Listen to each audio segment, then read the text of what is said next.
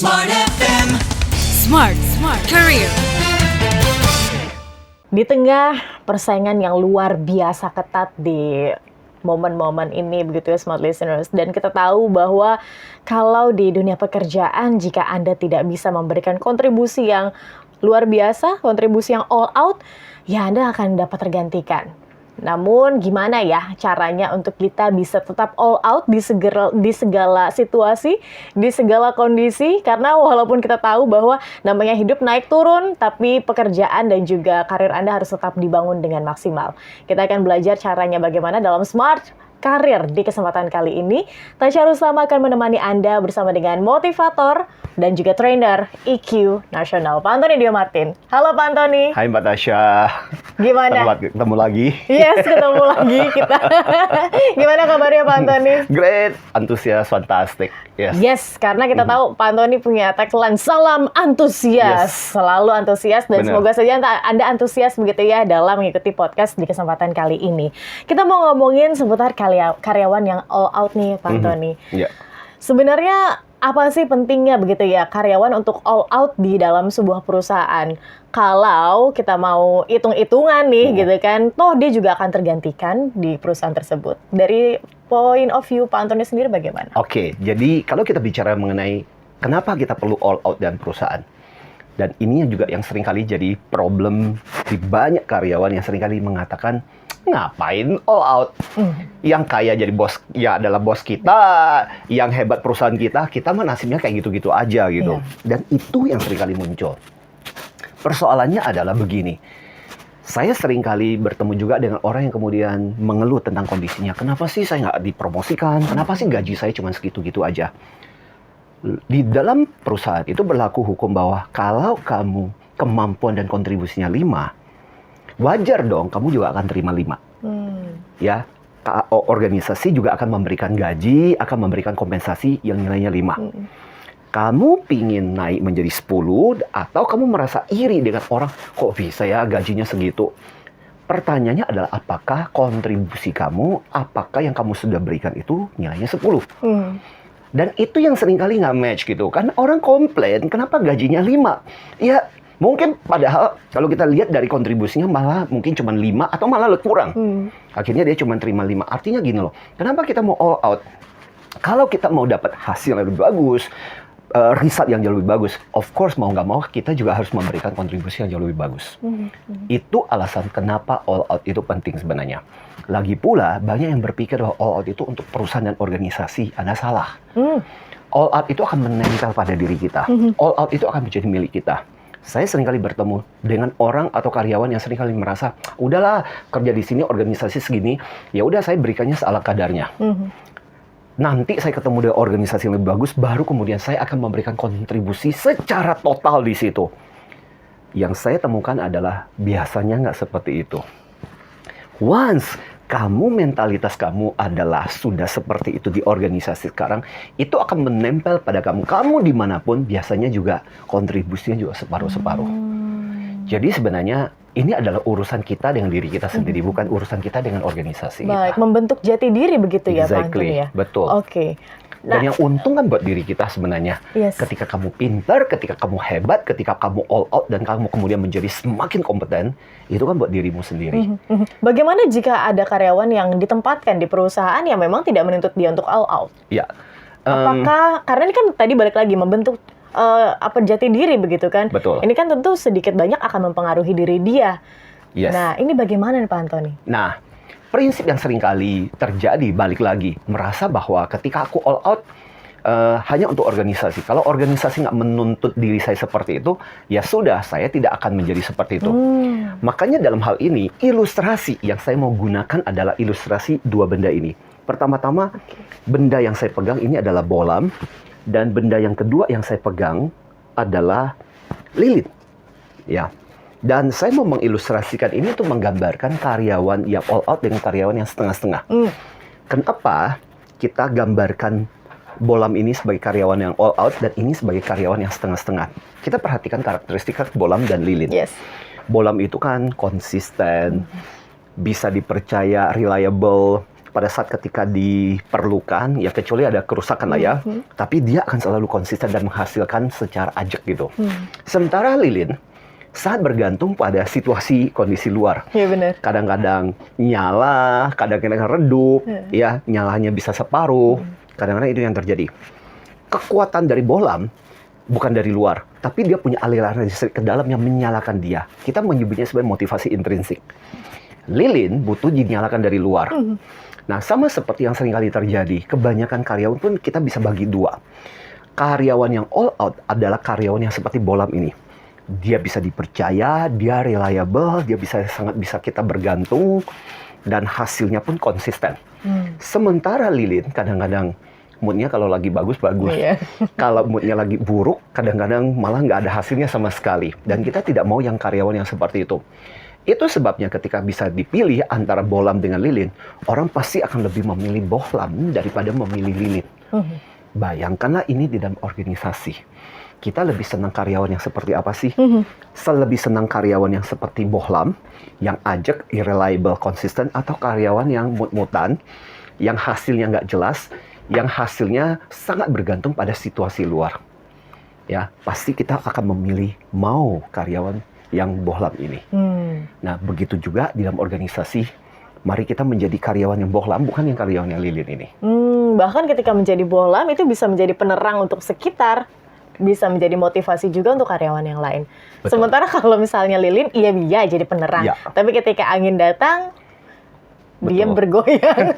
Dan bahkan bisa padam gitu. Padam. Bisa bergantung kondisi eksternal. Oke, Yes, tadi betul. Pak Antoni sempat mention ya seputar motivasi intrinsik. Ya. Itu seperti apa? Motivasi intrinsik adalah motivasi dari dalam. Jadi dia nggak membutuhkan atasan yang tiap hari berteriak-teriak, ayo dong, kerja dong, ayo dong, semangat dong. Dia tidak membutuhkan di luar sekitar yang harus mengatakan kepada dia untuk melakukan apa. Dia adalah orang yang termotivasi dari dalam. Dia punya purpose, dia punya tujuan, dan dia tahu kenapa saya harus bekerja. Maka dengan demikian orang ini nggak perlu sulit-sulit untuk kita motivasi, kita dorong-dorong, karena motivasinya udah ada di dalam diri mereka. Dan ini nggak gampang sebenarnya.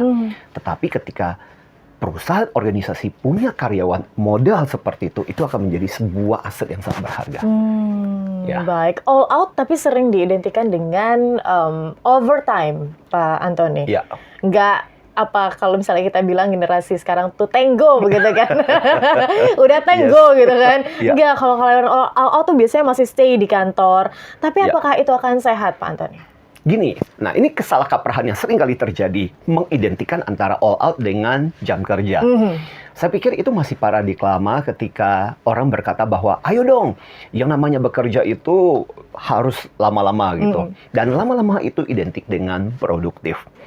Nah, beberapa paradigma terbaru mulai membongkar itu, bahwa persoalannya bukan berapa lama kamu bekerja, tapi berapa banyak energi yang kamu berikan dalam organisasi, itu yang penting sebenarnya.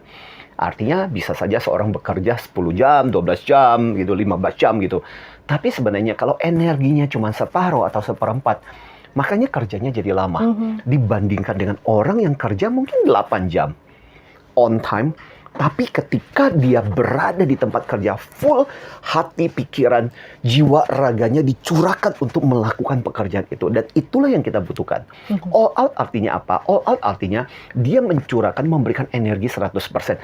Ketika dia tahu bahwa aku bisa melakukan sesuatu yang 150%, meskipun atasan cuma menyuruh 100%. Tapi buat dia adalah pertaruhannya adalah harga dirinya, pertaruhan dia adalah kualitas pekerjaan, maka dia akan tetap memberikan 150.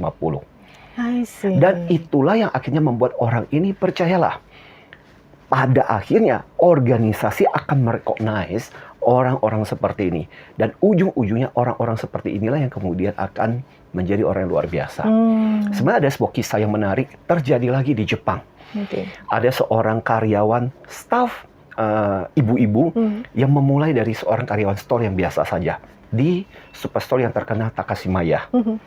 Dan dia punya satu prinsip, berpikir seorang laki-laki, bersikap seperti seorang ladies, dan bekerjalah seperti seekor anjing yang bekerja.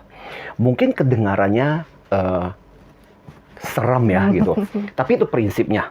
Tapi yang jelas di balik prinsip itu, dia mengatakan begini, pokoknya saya akan berusaha untuk melakukan dan mendedikasikan seluruh jiwa dan raga saya. Dan akhirnya lama-kelamaan awalnya nggak notice. Bertahun-tahun dia bekerja, malah beberapa lingkungannya menertawakan dia. Ngapain? Kamu bekerja di sebuah store yang waktu itu masih kecil, buat apa kamu melakukan seperti itu? Tapi lama-kelamaan kontribusi dia dihargai sama customer. Customer kemudian melaporkan kepada manajemen. Lama-lama manajemen menotis. Dan ujung-ujungnya dia menjadi salah satu eksekutif pertama di Jepang yang naik sampai ke puncak posisi sebagai direksi. Dari seorang penjaga toko. Keren ya kisahnya. Itu adalah bagian dari buah all out gitu. Dan saya pikir mungkin dia sendiri pun tidak berharap bahwa aku dengan all out aku akan dapat mendapatkan penghargaan, pujian, penghargaan seperti itu. Tapi dari sikapnya, ujung-ujung saya percaya organisasi yang bagus pasti akan notice orang seperti itu dan akan menghargai orang-orang yang seperti itu. Oke, ada lagi dalih nih Pak Antoni. Beberapa orang begitu ya, ketika mungkin sudah, saya sudah all out di sini, sudah maksimal begitu ya. Tapi kayaknya nggak dilihat nih sama perusahaan. Akhirnya kecewa dan malah justru flip.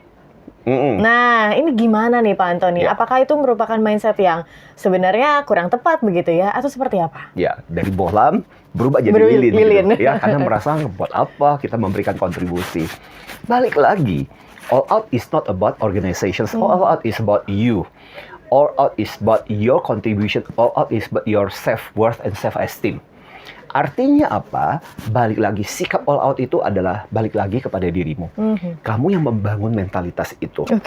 Percayalah, ketika sikap all out itu sudah kamu miliki, ketika sikap all out itu ada pada dirimu, kamu mau ditempatkan dimanapun, kamu akan sukses, kamu akan berhasil. Dan organisasi-organisasi, percayalah, saya yakin, kecuali organisasi itu keterlaluan banget, nggak akan pernah notice yang seperti itu. Tapi pengalaman saya sih 80-90% organisasi biasanya ujung-ujungnya akan notice orang itu. Mungkin di awal-awal enggak sih. Karena biasanya di awal-awal itu masih kelihatan sama.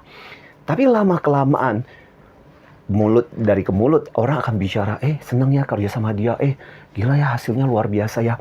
Total banget ya ketika dia bekerja. Lama-lama itu akan menyebar. Dan ujung-ujung nanti akan sampai kepada manajemen dan manajemen akhirnya akan notice. Dan biasanya seringkali itu yang terjadi dengan karyawan yang keren seperti itu. Oke. Menit-menit terakhir Pak Antoni, mungkin ada satu tips begitu yang bisa diberikan kepada smart listeners untuk bisa mungkin merubah mindsetnya agar bisa menjadi karyawan all out dan punya semangat dari dalam. Oke. So pada kesempatan ini mungkin kita bisa belajar dari karyawan-karyawan all out yang awalnya tidak mengharap apapun. Salah satu contohnya adalah Paul Buccelli. Jadi Buccelli ini adalah kalau Anda punya email dari Google yang sekarang Anda pakai, Anda harus berterima kasih sama orang ini. Awalnya dia cuma seorang insinyur yang cuma diminta untuk, ya namanya Google pada waktu itu cuma mesin pencari. Tapi yang luar biasa adalah all out-nya itu mulai kelihatan ketika Google menerapkan prinsip 20%. Jadi 20% waktu bisa dilakukan oleh karyawan untuk mengerjakan proyek-proyek apapun yang sukai selama itu berguna untuk perusahaan. Dan apa yang dia lakukan adalah Paul kemudian menggunakan waktu untuk all out, berhari-hari, bermalam-malam, berbulan-bulan, gak ada yang notice karena waktu itu Google cuma mesin pencari. Tapi dia mendedikasikan waktunya dan dia mulai berpikir apa ya yang bisa saya lakukan. Saya mencintai perusahaan ini. Saya ingin melakukan sesuatu yang bisa saya kontribusikan. Akhirnya dia melihat peluang adanya email yang sebenarnya bisa dipadukan dengan mesin Google. Dan dari situlah lahir yang kita pakai, bahkan saya sendiri masih punya yang namanya Gmail sampai sekarang gitu. Nah, kita harus berterima kasih kepada seorang Paul yang mau all out dan akhirnya kontribusinya awalnya diketawain, awalnya orang mencibir, awalnya orang merasa ngapain capek-capek menghabiskan begitu banyak waktu. Toh akhirnya organisasi akan notice, bahkan bukan cuma organisasi, seluruh dunia notice dengan kontribusinya si Paul ini. Wow, dan bahkan bisa berguna untuk kita semua begitu ya, sampai dengan detik ini. Iya. Oke, terima kasih Pak Antoni. Sama-sama. Semoga di kesempatan kali ini podcastnya bisa juga ikut mungkin menjadi bara api dan penyemangat lagi begitu di dalam diri para smart listeners yang mendengarkan kami di podcast Smart Career kali ini. Dan kita nantikan topik-topik lainnya Pak Antoni. Sure. Oke, dan terus Smart Listeners, terima kasih juga untuk Anda yang sudah bergabung. Dan kita harus pamit undur diri. Akhir kata, saya Tasya Rustama dan Saya Anthony Dio Martin. kami ucapkan terima kasih dan sampai jumpa. Smart FM. Smart Career. Make your future better.